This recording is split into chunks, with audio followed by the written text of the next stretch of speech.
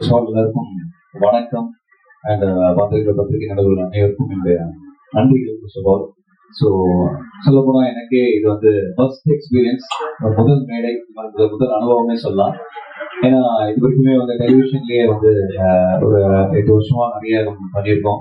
But எல்லாருக்குமே மீடியாவில் வந்துட்டாலே அல்டிமேட் எய்ம் அப்படின்னு பார்த்தா கண்டிப்பா சினிமாவாக தான் இருக்கும். ஸோ அந்த சினிமாவை நோக்கி அந்த பயணம் வந்து எப்படி வந்து நம்ம அச்சீவ் பண்ண போறோம் அப்படின்றது வந்து ரொம்ப பெரிய ஒரு டாஸ்க் சொல்ல போனா. ஸோ அந்த ஒரு வழியில நானும் ஆரம்பிச்ச இந்த ஒரு பயணம் வந்து இப்போ இந்த இடத்துல இப்படி ஒரு மீடியால ரொம்ப ரொம்ப ப்ரௌடா இருக்கு, ரொம்ப பெருமையா இருக்கு. இதுல லெஜண்ட்ஸ்க்கு முன்னாடி நானும் இங்க உட்காந்துருக்கேன் அவங்களோட அப்படின்னு நினைக்கும் போது சொல்ல போனா இந்த ஒரு project web series dark face வந்து அது முன்னாடி அவர் எனக்கு இப்படி ஆரம்பிச்சதுன்னா இந்த ஒரு ப்ராஜெக்டுக்கு வந்து ரொம்ப ரொம்ப முக்கியமான ரீசன் ப்ரொடியூசர் அபு கரீம் சார்.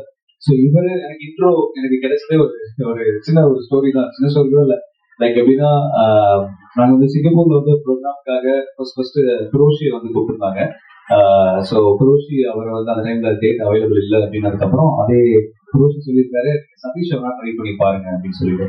சரி ஓகே சொல்லி அதை கலக்க போது அல்லது சதீஷ் அவரை வந்து கேட்டிருக்காரு. சதீஷ் டேட் அவைலபிளா இருந்திருக்காரு. அப்புறம் அபு கரீம் சொல்லியிருக்காரு, ஓகே சதீஷ் உங்க கூட யார் கம்ஃபர்டபுளா இருப்பா நீங்க சொல்லுங்க, அவங்கள வேணா சொல்லுங்க, நம்ம ப்ரோக்ராம் பண்ணலாம் அப்படின்னு சொன்னாரு. அப்புறம் சதீஷ் வந்து ராஜவே கம்ஃபர்டபுள் அப்படின்னு சொன்னாரு. அப்புறம் தான் வந்து எல்லாமே ஓகே ஆகி ஸோ ஃபர்ஸ்ட் டைம் அப்புறம் எல்லாம் ஓகே சிங்கப்பூர் போகும்போது ஒரு இம்ப்ரூவ் ஆனாரு.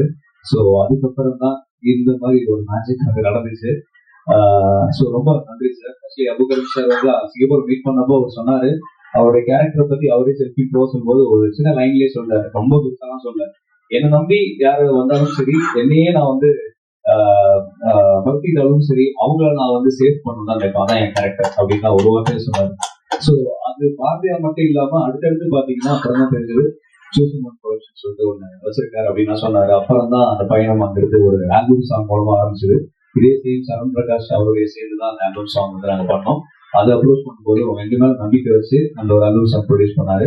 சொன்ன மாதிரி என்ன ப்ராமிஸ் பண்ணமோ அதே மாதிரி நாங்க எந்த அளவுக்கு முடிஞ்ச அளவுக்கு குவாலிட்டியா கொடுக்க முடியுமோ அதை கொடுத்தோம். அந்த நம்பிக்கையோட அடுத்த ஒரு ஸ்டெப் தான் இப்படி ஒரு வெப் சீரிஸ் கிடைச்சிருக்கு. ஸோ ஒன்ஸ் அகைன் தேங்க்ஸ் சொல்லி ஒன்றும் அபு கரீம் சார். நான் ஸ்டார்டிங்ல சார் அப்படின்னு சொல்லி ஆரம்பிச்ச இந்த ஒரு ரிலேஷன்ஷிப் அப்புறம் வந்து பிரதர் அப்படின்னு ஆரம்பிச்சது. ஸோ ஃபியூச்சர்ல இதே மாதிரி எங்களை வச்சு படம் பண்ணா கண்டிப்பா அவர் வந்து தெய்வம் அப்படின்னு மாறுவார் நினைக்கிறேன். அந்த மாதிரி ஒரு ரிலேஷன்ஷிப் தான் இருக்கும்.